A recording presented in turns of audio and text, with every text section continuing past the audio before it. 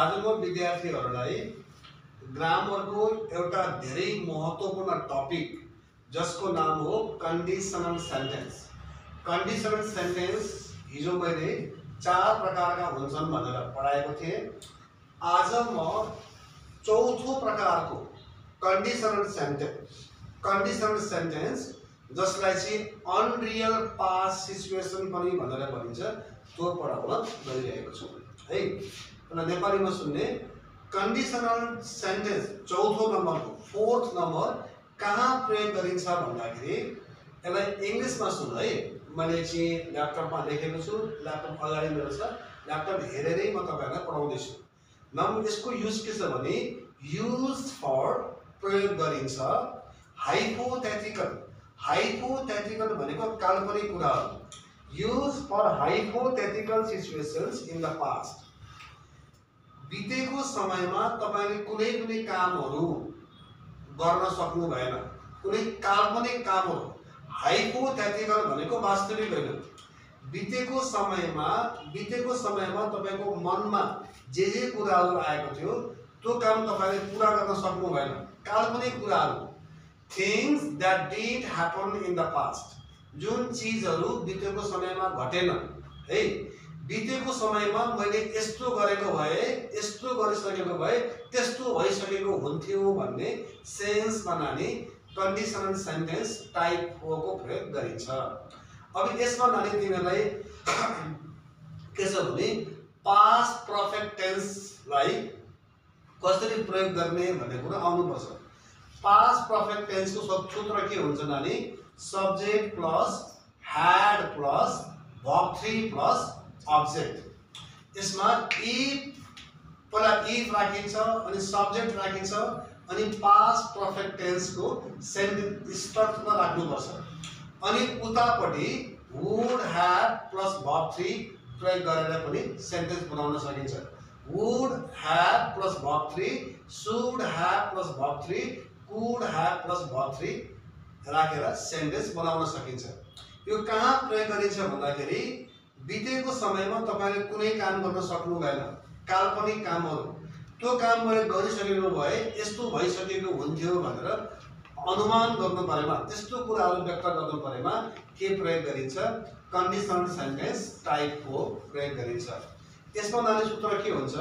If plus subject plus past perfect tense plus subject plus would पनि हुन्छ, कमा could पनि हुन्छ, कमा शुड पनि हुन्छ, अनि ह्याभ अनि पास्ट पार्टिसिपल। पास्ट पार्टिसिपल भनेको verb 3 अनि के ऑब्जेक्ट। फेरि एकपल्ट फर्मुला सुन, लेख्नु पर्दैन, व्हाट्सएप ग्रुपमा पठाइदिन्छु। If plus subject plus past perfect tense comma subject plus would comma could comma should plus have plus verb 3 plus object. यो सेन्टेन्स स्ट्रक्चर को प्रयोग गरिन्छ। कहाँ प्रयोग गरिन्छ? बितेको समयमा मैले यस्तो गरिसकेको भए त्यस्तो भइसकेको हुन्थ्यो भन्ने सेन्समा पास्ट परफेक्ट टेन्स को प्रयोग गरिन्छ। त्यस्तो सेन्समा पास्ट परफेक्ट टेन्स को प्रयोग गरिन्छ। अब नानी म तपाईहरु सबैलाई एक पल्ट के गर्छु? उदाहरण। म 10 वटा उदाहरण पेश गर्छु है, अनि नेपालीमा पनि सम्झाउँछु। ढिलो आउने विद्यार्थीहरुले चुप लागेर सुन्दै गर्ने है। यो भिडियो पनि भइरहेको छ, पढाइ पनि भइरहेको छ, न्याय कमेन्ट स्याय कमेन्ट नगर्नु होला है, त्यसले केही फरक पर्दैन। अब नानी एक्जाम्पल नम्बर 1 है, म ल्यापटप हेरेर पढाइरहेको छु। If I had studied harder. यसको अर्थ के भयो? इफ भनेको यदि। If I had studied harder, यदि मैले अलिक मेहनत गरेर पढिसकेको भए, कहिले? बितेको समयमा। If I had studied harder, यदि मैले मेहनत गरेर पढिसकेको भए, कहिले? बितेको समयमा। I would have passed the exam, म परीक्षा पास भइसकेको हुन्थे। यदि मैले बितेको समयमा राम्रोसँग पढिसकेको भए अहिले म परीक्षा पास भइसकेको हुन्थे। यस्तो सेन्टेन्सलाई व्यक्त गर्न कसरी भन्न सकिन्छ? If I had studied harder I would have passed the exam. The exam, the exam.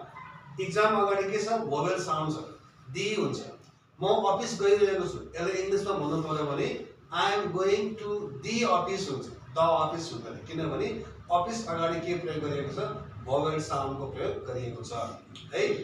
अब नानी अर्को उदाहरण सुन है if she had left earlier if she had left earlier leave छोड्नु लेफ्ट छोड्यो लेफ्ट छोडेको if she had left earlier उनी अघि नै यहाँबाट गइसकेको भए she wouldn't have miss the bus उनले बस मिस गर्दैन थिइन् होला है यस्तो भएको भए त्यस्तो हुँदैन थियो होला। अर्को सेन्टेन्स नम्बर 3 हेर if we had taken a taxi यदि हामीले ट्याक्सी लिइसकेको भए हामीले ट्याक्सी लिइसकेको भए we would have arrive on time हामी टाइममा आइसकेका हुन्थ्यौं। यसको मतलब हामीले ट्याक्सी टाइममा लिएनौं र हामी टाइममा आएनौं। बितेको समयमा यस्तो गर्न सकेनौं पास्ट रिग्रेट्स व्यक्त गर्नु परेमा यो के कन्डिसनल सेन्टेन्स टाइप को प्रयोग गरिन्छ। यो हाइपोथेटिकल काल्पनिक कुराहरु यदि हामीले यदि हामी ट्याक्सीमा आएका भए हामी समयमा आइपुगेका हुन्थ्यौं भन्दाखेरि हामीले ट्याक्सी हायर गर्यौं त गरेनौं। यसले के गर्यो things that didn't happen in the past भविष्यको समयमा यस्तो भएन यस्तो भएको भए यस्तो भइसकेको हुन्थ्यो भन्ने सेन्समा कन्डिसनल सेन्टेन्स टाइप को प्रयोग गरिन्छ। अब नम्बर 4 हेर है if he had called me यदि उसले मलाई बोलाइसकेको भए आई वुड ह्याभ एन्सर्ड म पहिले जवाब दिइसकेको हुन्थे। यसको मतलब उसले मलाई बोलायो उसले मलाई बोलाएन। If he had called me I would have answered यदि उसले मलाई बोलाइसकेको भए म एन्सर दिइसकेको हुन्थे। काल्पनिक कुरो कस्तो काल्पनिक बितेको समयको काल्पनिक कुरो। नम्बर 5 मा के छ नानी आज 10 वटा मात्रै एक्जाम्पल दिन्छु। If they had train more यदि उनीहरूले धेरै समयसम्म ट्रेनिङ लिएका भए यदि उनीहरूले धेरै समयसम्म ट्रेनिङ लिइसकेको भए they would have one the match उनीहरूले म्याच जितिसकेका हुन्थे। विन जित्नु वन जित्यो वन जितेको छ। त्यसको अर्थ के भयो if they had train more यदि उनीहरूले आफूलाई धेरै लामो समयसम्म ट्रेनिङ दिएका भए they would have one the match उनीहरूले म्याच जितिसकेका हुन्थे। यसको मतलब के हो उनीहरूले ट्रेनिङ राम्रोसँग लिएन र म्याच के गरेन जितेका है छोरी बुझ्यो नानी ल। अब अर्को उदाहरण सुन है if I had known about the party यदि पार्टीको बारेमा if I had known about the party यदि पार्टीको बारेमा मलाई जानकारी भइसकेको भए कहिले बितेको समयमा I would have come म यहाँ आइसकेको हुन्थे। It means nobody gave me information about the party in the past यसको मतलब पार्टीको बारेमा हामीलाई पास्टमा कसैले पनि इन्फर्मेसन दिएन। ओके नानी है कस्तो बेलामा प्रयोग गरिन्छ hypothetical situation in the past. Hypothetical भनेको काल्पनिक कुरा बितेको समयको काल्पनिक कुराहरुको बारेमा गर्नु परेमा यस्तो भएको भए यस्तो भइसक्ने थियो भन्ने अवस्थामा यो प्रयोग गरिन्छ। अब नानी अर्को छ नम्बर 7 उदाहरण हेर है। नम्बर 7 मा के छ है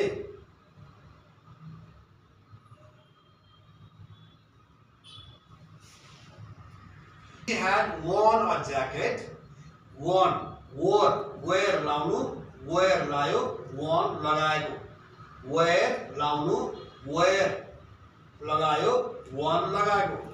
If she had worn a jacket यदि उनीले ज्याकेट लगाइसकेको भए if she had worn a jacket यदि उनीले ज्याकेट लगाइसकेको भए she wouldn't have caught a cold उनलाई जाडोले समात्दैन थियो होला।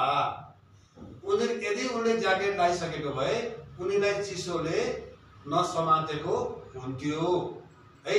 तर के गरे ज्याकेट लाएनन् यस्तो काम भएन यस्तो काम भयो यस्तो काम भएन यस्तो काम भएको भए त्यस्तो हुन्थ्यो। यो कन्डिसनल सेन्टेन्स हो यदि उनले ज्याकेट लगाएको भए उनलाई चिसोले समात्दैन थियो। If she had worn a jacket, she wouldn't have caught a cold. यदि उनले ज्याकेट लगाइसकेको भए उनलाई चिसोले समात्न सकेको हुँदैन थियो। यानी इफ भागे भन्न नि यो कन्डिसन शर्तात्मक यस्तो भए पनि त्यस्तो हुन्थ्यो। यो कन्डिसनल सेन्टेन्स जान्नै पर्छ।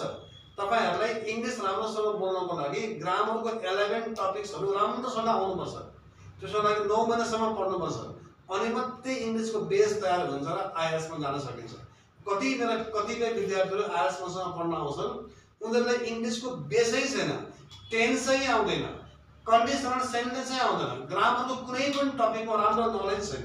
अनि कसरी उनीहरु इंग्लिश बोल्न सक्छन्, लेख्न सक्छन्? सबभन्दा कुरो के हो? ग्रामर आउनु पर्यो। अनि साथसाथमै के हुन्छ? प्र्याक्टिस पनि हुनु पर्यो है। अब तपाईलाई लगातार 1 महिनासम्म के गर्छ भनेमा ग्रामरका टपिकहरु पढाउँछ है लगातार। अनि जुन किताब छ त्यो किताब तपाईले पढ्दै गर्ने अनि ग्रामरको टपिक पढाइसकेपछि फेरि बुक पनि हामी फलो गर्छौं है। बुक प्रत्येक दिन गरौँ तपाईहरुले है। यो ग्रामर पढाउने काम आधा घण्टा जति हुन्छ अनि आधा घण्टा हामी बुकबाट जान्छौं है। कति सकिन्छ 5 मिनेट 10 मिनेट प्रत्येक दिन बुक पनि पढ्दै बुझ्नु। अब नानी क्वेशन अब 1 नम्बर हेर है। If I had save more money. If भनेको यदि, if I had save more money यदि मैले अलिकति धेरै पैसा जम्मा गरिसकेको भए। If I had save more money अलिक धेरै पैसा मैले जम्मा गरिसकेको भए I would have bought a car. मैले कार किनिसकेको हुन्थे। यदि मैले धेरै पैसा जम्मा गरिसकेको भए मैले कार किनिसकेको हुन्थे। कहिले किनेको हुन्थे? बितेको समयमा। यसमा के गर्नु पर्यो? If plus subject plus past perfect tense अनि subject plus would plus have plus verb 3 plus subject. कति सजिलो छ। अब नम्बर 9 मा हेर है। अब दुईटा मात्रै बाँकी छ। If the weather had been nice यदि मौसम राम्रो भइदिएको भए। तर मौसम राम्रो भयो भएन। If the weather had been nice, B was been. If the weather had been nice, यदि मौसम यदि राम्रो भइसकेको भए we would have gone to the beach. We would have gone to the beach. Go जानु, went गयो, gone गएको छ। हामी समुद्रको किनारामा गइसकेका हुन्थ्यौं।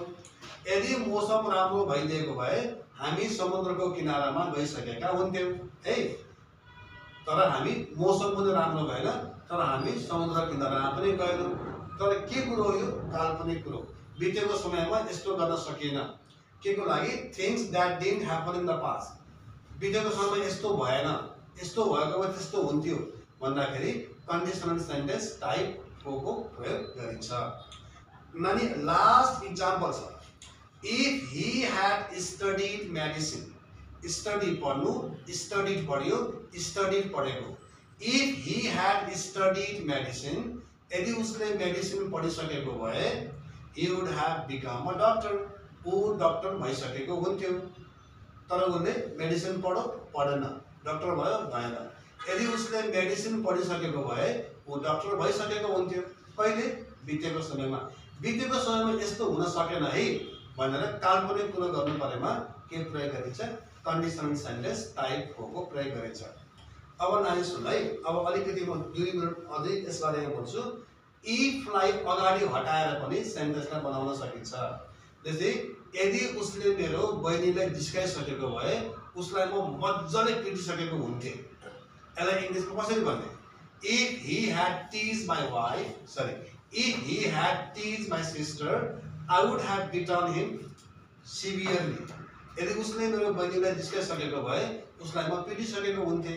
तर के गरेन? उसले बहिनीलाई पनि जिस्काएन, मैले पिटिन पनि। नानी के भयो? Things that didn't happen in the past. अब यसलाई इफ लाई हटाएर पनि, इफ भनेको नानी के हो? यहाँ कन्जक्सन हो। इफ लाई हटाएर पनि सेन्टेन्स बनाउन सकिन्छ। कसरी सकिन्छ? had he teased my sister I would have beaten him. If लाई हटाएर पनि सेन्टेन्स बनाउन सकिन्छ। अब मैले राम्रोसँग पढिसकेको भए अहिले म परीक्षा पास भइसकेको हुन्थे। राम्रोसँग पढे त पढिन, परीक्षा पास भयो त भएन। यसलाई यसरी पनि भन्न सकिन्छ। Had I studied laboriously I would have passed the exam. Had I studied laboriously, I would have passed the exam. अगाडिको if लाई हटाएर पनि सेन्टेन्स बनाउन सकिन्छ. अर्को नानी है. Had that beautiful girl accepted my marriage proposal, I would have married her. ती राम्री केटीले मेरो विवाहको प्रस्तावलाई स्वीकार गरिसकेको भए म उनलाई बिहे गरिसकेको हुन्थे. तर स्वीकार गरिनन्, काम हुन सकेन. यी सबै अवस्थामा नानी के प्रयोग गरिन्छ? कन्डिसनल सेन्टेन्स टाइप हो को प्रयोग गरिन्छ.